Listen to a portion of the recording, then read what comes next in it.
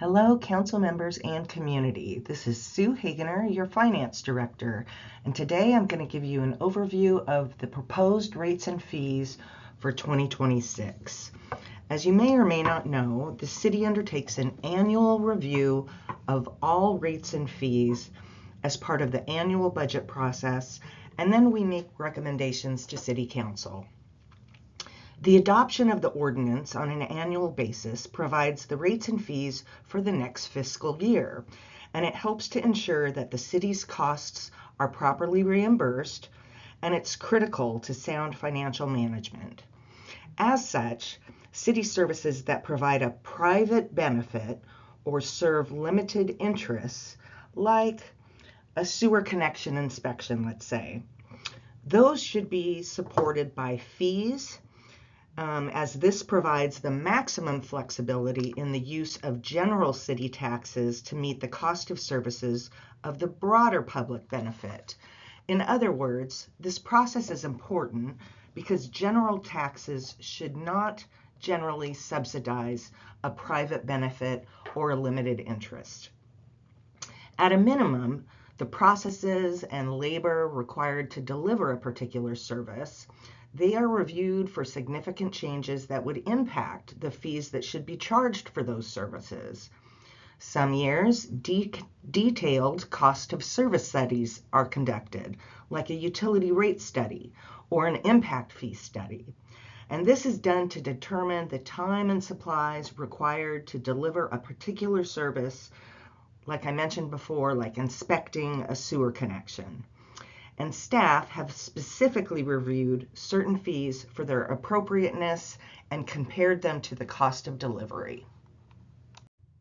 So first, let's see what our budget development policy has to say about rates and fees.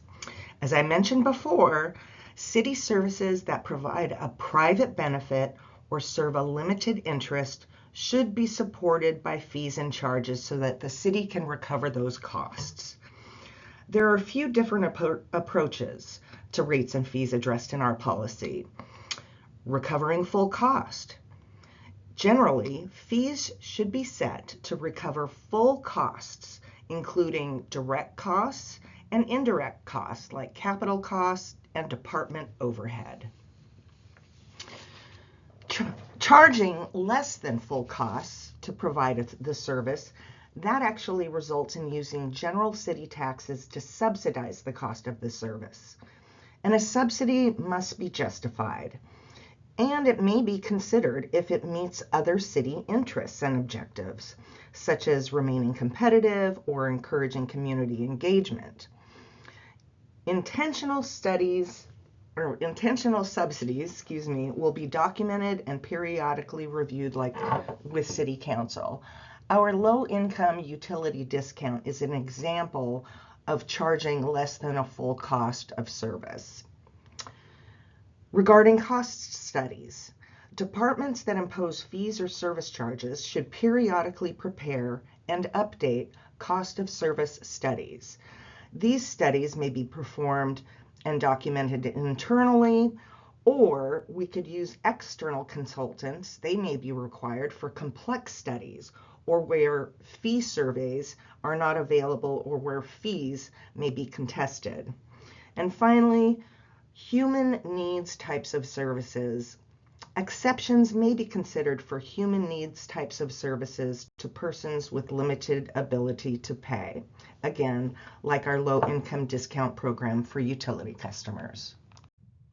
Okay, now back to the city's proposed rates and fees for 2026. As you can see, Chapter 3.68 in the Sequim Municipal Code holds all of our rates and fees in one place. And again, we use the strikeout to reflect changed or deleted fees and the underline to indicate a new or updated fee. And there should, most of the time, be a corresponding comment from staff on the right side of the page related to that fee. Okay, so for 2026, the changes that are being proposed impact rental fees, land use development and building fees and permits, engineering reviews, utility rates, and water and sewer general facility charges, or GFCs. Now let's talk specific changes. So in the first section, under our facility rentals section, we're going to be waiving rental fees, except for the cleaning fees, for all government agencies, not just Clallam County. So that correction was made. We've also corrected our Guy Cole deposits section for certain amounts and deleted some duplications. Next, in the administrative services section, we've updated the leasehold tax amount that's collected on our long-term rentals of city properties to be consistent with the Department of Revenue's current rates of 12.84%.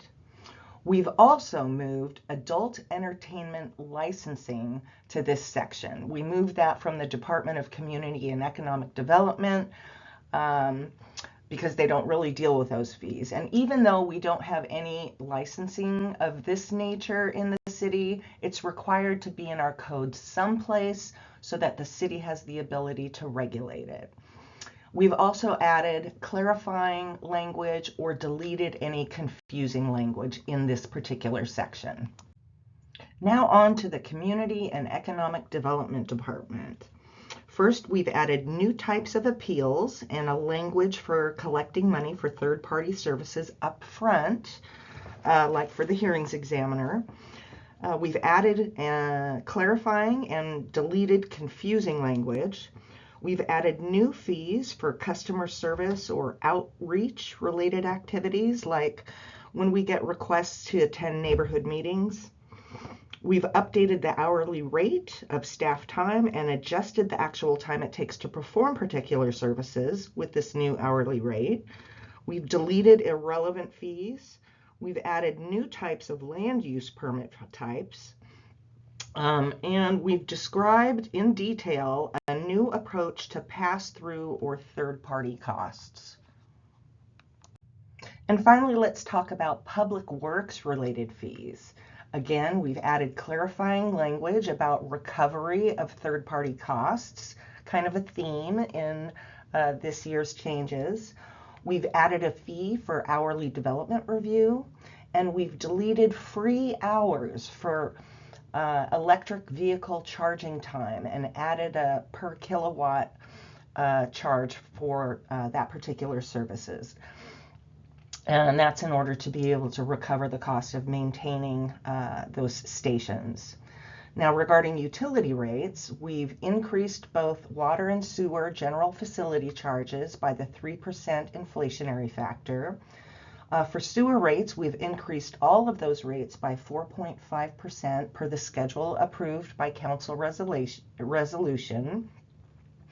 And for water rates, we've increased all of those by 5.5% per the council approved resolution.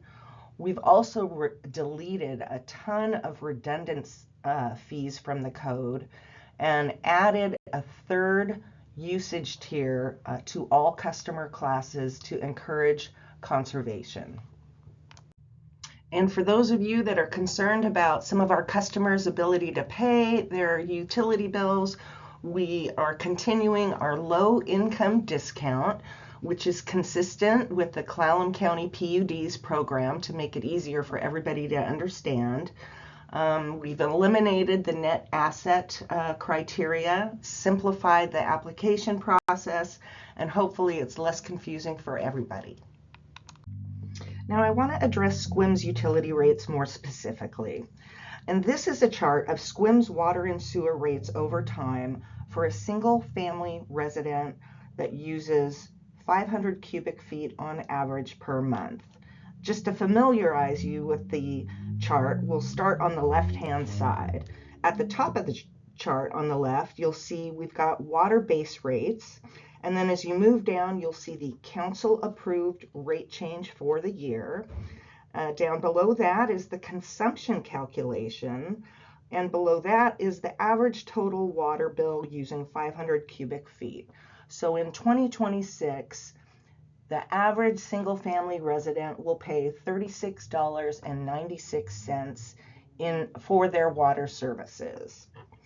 Below that, you'll see the sewer base rate and the council approved change over time.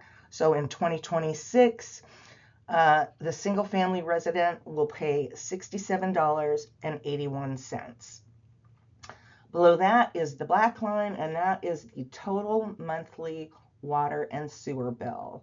And below that is the change year over year. So the total bill for a single family resident in 2026 is $104.76. But the most important thing to review is on the far right of the page. You're going to see that the average annual council approved rate change for water is only about 2.9%. And for sewer, it's only 1.3%.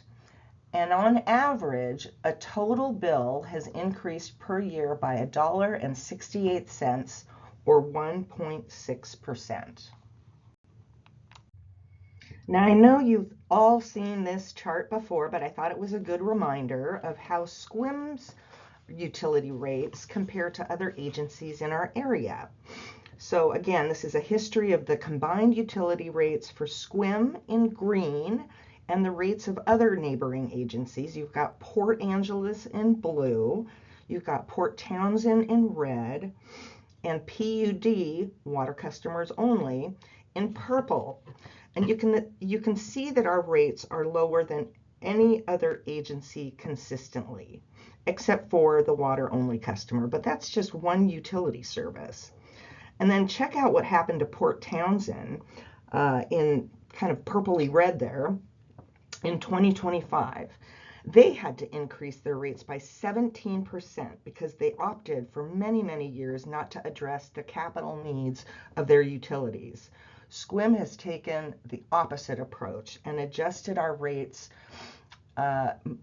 slightly over time. And again, we factor in the cost of daily operations, capital, and debt whenever we look at our rates. And just as a reminder, smaller rate increases over time help eliminate the stress and strain on our ratepayer budgets. Now for 2026, get this, PUD is increasing their rates by 8%. They are displayed on the chart. And Port Townsend is increasing their sewer rates by 13% and stormwater by 10%. Although they are not, the total utility bill is not known yet, so they are not on that chart for 2026. And we are still unsure of what Port Angeles is going to do to their utility rates.